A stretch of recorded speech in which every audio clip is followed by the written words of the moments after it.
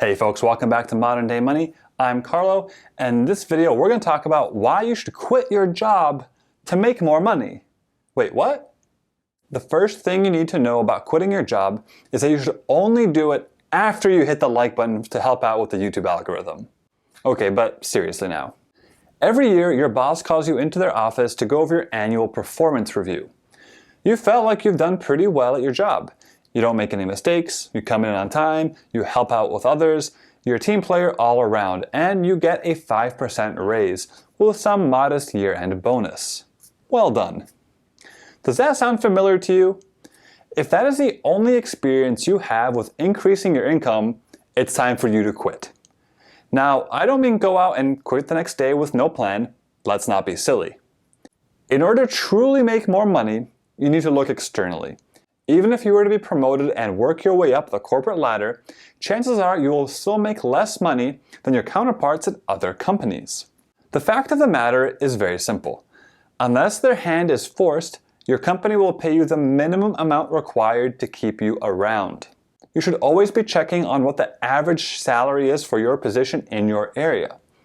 Websites like Glassdoor allow people to anonymously post their salaries, and through the power of data and analytics, you can find out how much you are worth on the market.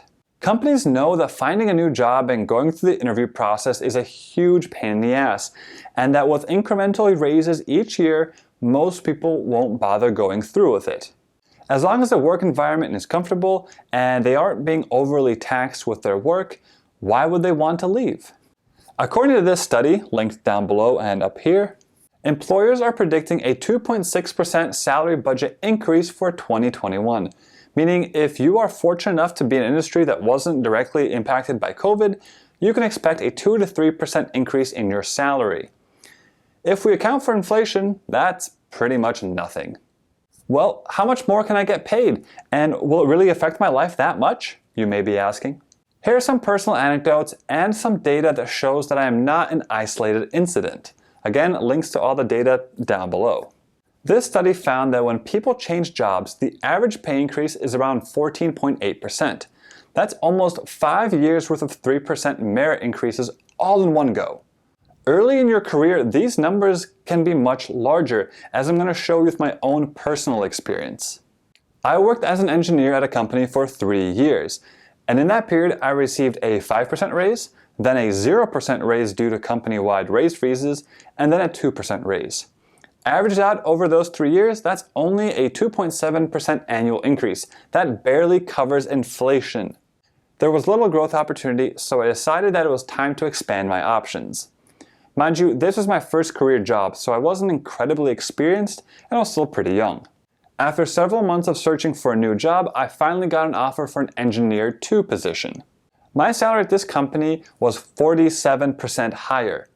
It would have taken me almost 20 years to reach that if I never left my original company.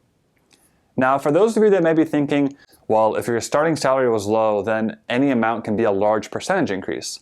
You're absolutely right, but that wasn't the case.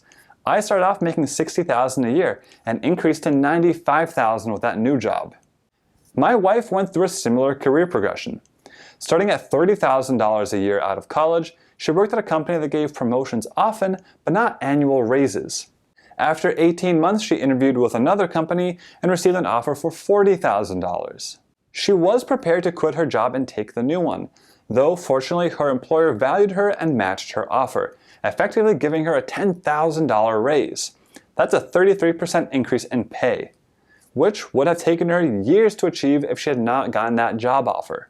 This happened again a few times later when she finally left her employer, making $60K for a new job that paid $85,000, and again a year and a half later, now making $120,000. Her coworkers from her first job are still at the same company, making half of what she makes, doing almost the same job.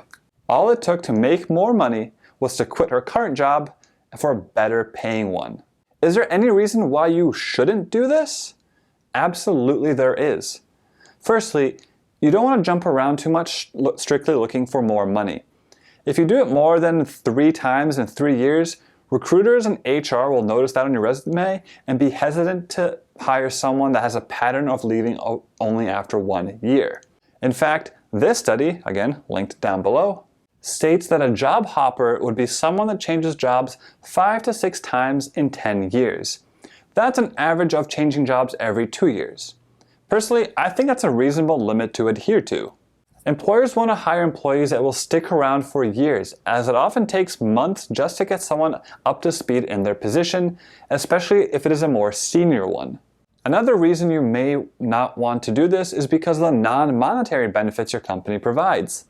In the book, Your Money and Your Life by Vicki Robin, you are tasked to narrow down your hourly compensation based on factors external to your actual wage.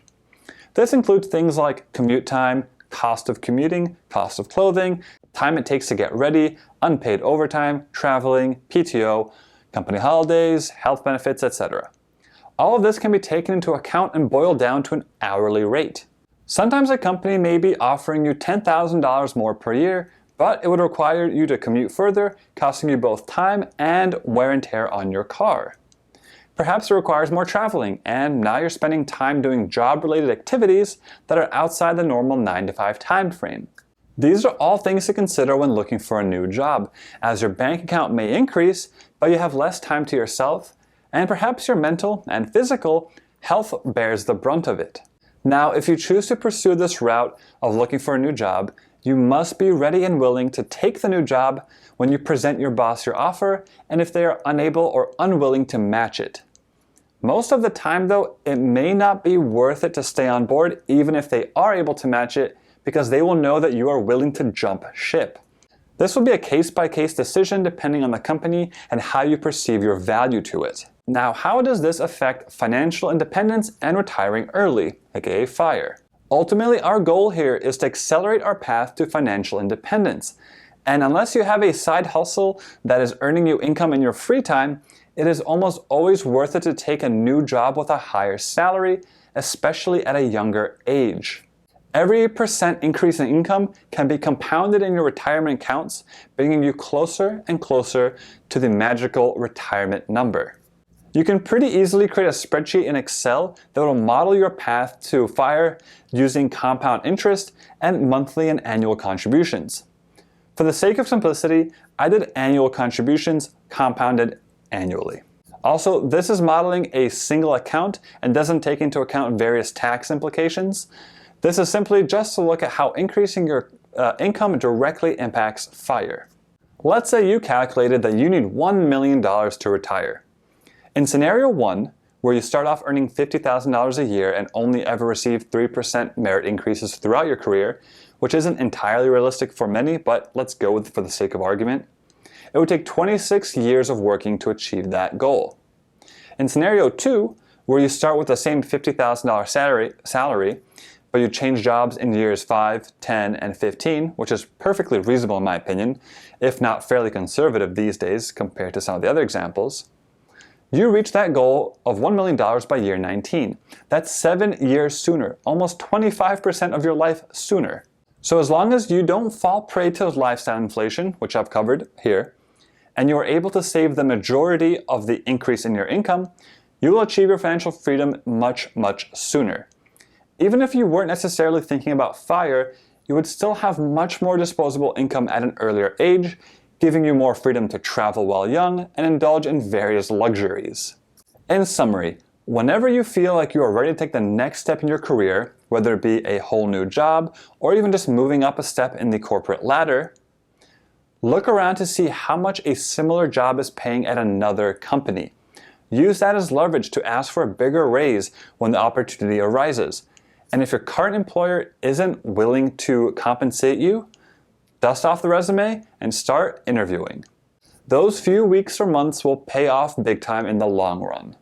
For those of you that are interested in playing around with their own numbers, I have a link to the spreadsheet down below that you can download. Overall, the lesson is clear. For the vast majority of people working in office or corporate jobs, in order to increase your salary, you must look externally. By doing so, you can accomplish large leaps in income that put you years ahead of the game and catapult you on your road to financial independence. As always, thank you so much for watching. If you liked the video, be sure to like and subscribe button for plenty more videos to come. If you have any questions or comments, please leave them down below and I will get to them as best I can. And until next time, See ya.